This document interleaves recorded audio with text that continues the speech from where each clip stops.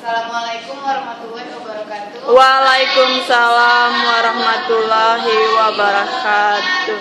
My name is Felci Tria Sauhana. Today I would like to try to explain to you what is narrative research.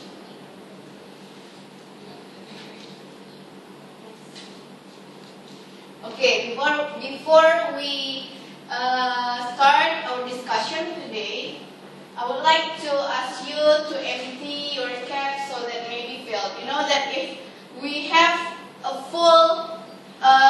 full water of our glass, if we fill it, it will be spoiled out. So I would like you to empty all your mind about narrative research first, so that we can I can explain you more, and then you will get what is narrative research. Okay. In this occasion, we will discuss about next. What is narrative research? When do we use it? And how did it develop? What are the types of narrative designs? What are the key characteristics of narrative designs? And what are some potential ethical issues in gathering stories? Next, the last is how do we evaluate narrative research? Next.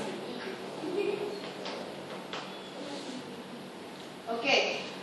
I think this narrative research is one of the very interesting research that maybe it's not really familiar from us, and maybe we don't realize that it is a research.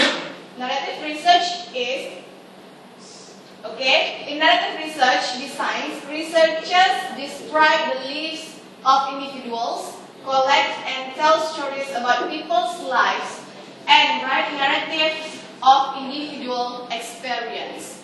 So, in narrative research, we will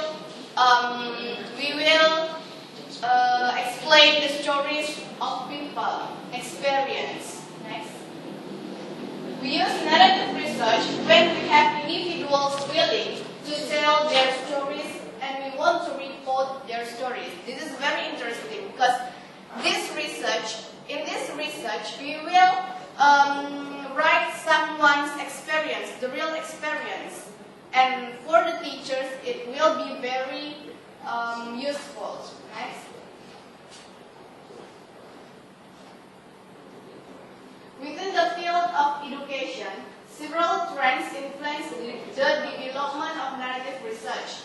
Corrals, 1993, suggested three factors. First, there is currently an increased emphasis on teacher reflection, and more emphasis is being placed on teachers' knowledge, what they know, how they think, how they develop professionally, and how they make decisions in the classroom. Next, educators seek to bring teachers' voices to the forefront by empowering teachers to talk about their experiences. So, in this narrative research, everybody, especially as a teacher who has experienced something, for example, maybe about classroom management, they can share with us about what they have experienced, and then we can make it as our research. This is the types of narrative designs. Next. Okay, autobiographies. Biographies, life writing, personal accounts, personal narrative, narrative interviews, and so on. There are so many kinds of narrative research, and maybe we don't realize that it is a narrative. Next. The key characteristics of narrative designs. Major characteristics of narrative research are experiences of an individual. This is the major point that we have to gain before conducting the research. Social and personal interaction. So we should have an idea, a problem to be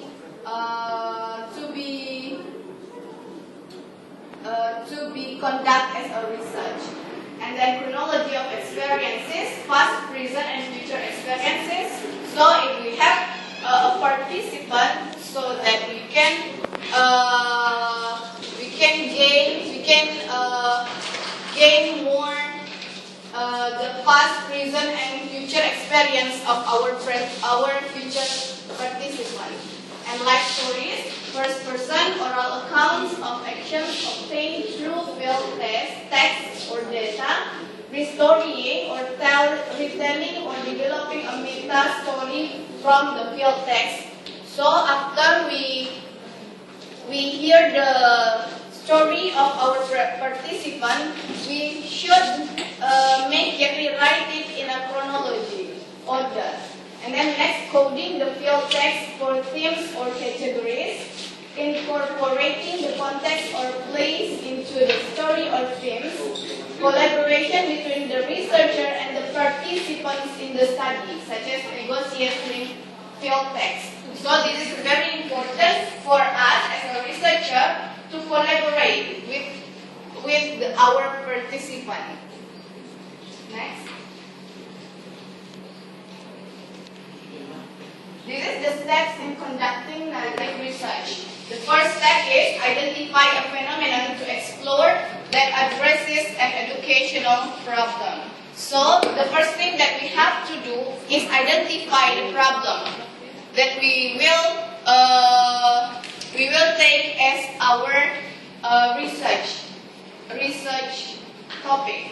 And then the second step is purposefully select an individual from whom you can learn about the phenomenon. So, as a researcher, we should be very smart to select who will be the very good, very potential participant in our research. The next step is collect stories from that individual that reflect personal and social experiences. We have them tell their story and collect other field text. So we will not only listen to the story, but we also have to validate the story from the place, and from other that is related to the story, so that we can get the real or the fact data. And then after that, the step 4 is restory or retell the individual story, built in the past, present, and future, built in place or setting, describe their story, and then the last is analyze their story for themes. Next step is collaborate with the participant storyteller in all phases of research. Next, write a story about the participants' personal and social experiences. And the last is validate the accuracy of the report. So this is the last point is very important. So we will that we can know that our research is not only a story, but it has fact data, the qualified data. Next. After conducting the research, of course, we have to evaluate this research. In a high-quality narrative study, the researcher should first keep the focus on a single individual or two. So we have to be very focused on the problem that we want to get, and then we should be focused on the participant. So we should go through the lines. And then the second is reports the life experiences of individuals as told through their stories. So we cannot make the unhonesty story. We should make the story based on the data that we get from the field. Next, restories the individual's stories and tells the story using a chronological with a beginning, middle, and end, as possibly not in this order. So, as the name is narrative research, as we know that narrative And the narratives have orientation, complication, and resolution. So we should make it in chronological order. Next, describe in some details the context of the story. For example, the setting, the place where it occurs, the people involved, and so forth. And then after that, report themes to emerge out the story. After that, closely collaborates with the participant, providing the story, and engages with the participant by having them check the evolving story frequently and examining the final story to see if it accurately reflects the individual's experience. So, after we conducting the research, after we have already got all of information, we can give something like tests to the participant to validate that it is the real fact or the real data. Next. Okay, before I close this discussion, I'd like to close with the quotes that I got from Albert Einstein. If we knew what it was we were doing, it would not be called research, would it? So, as a researcher, we should have curiosity, and we have to be blind of what we are going to do. Okay, thank you. If any comment or question, please. Yes, Kak Yuri.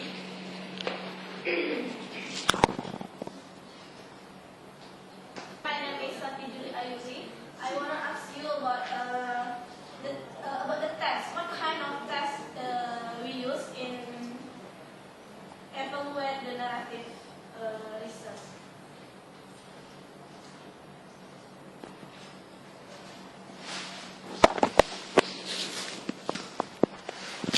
Lagi. Okay, any question? Yes, please. Okay, actually in another internal research and experimental research, we can conducting the narrative research. We can conduct narrative as our topic in classroom examination or experimental research. What is the difference between narrative research as a general method and PDK and experiment? Action research ya. Yeah, action research, classroom research and experimental research. So the difference between narrative research and HR. Yeah. What is the general? Okay, thank you. You can explain our materials in chapter 15, or you can Googling, and of course, if any other question, you can refer to our course view. I hope that our discussion today, our materials today can larger your knowledge, and then you can get something new from what we have already discussed today. I will close it with Assalamualaikum warahmatullahi wabarakatuh. Waalaikumsalam warahmatullahi wabarakatuh.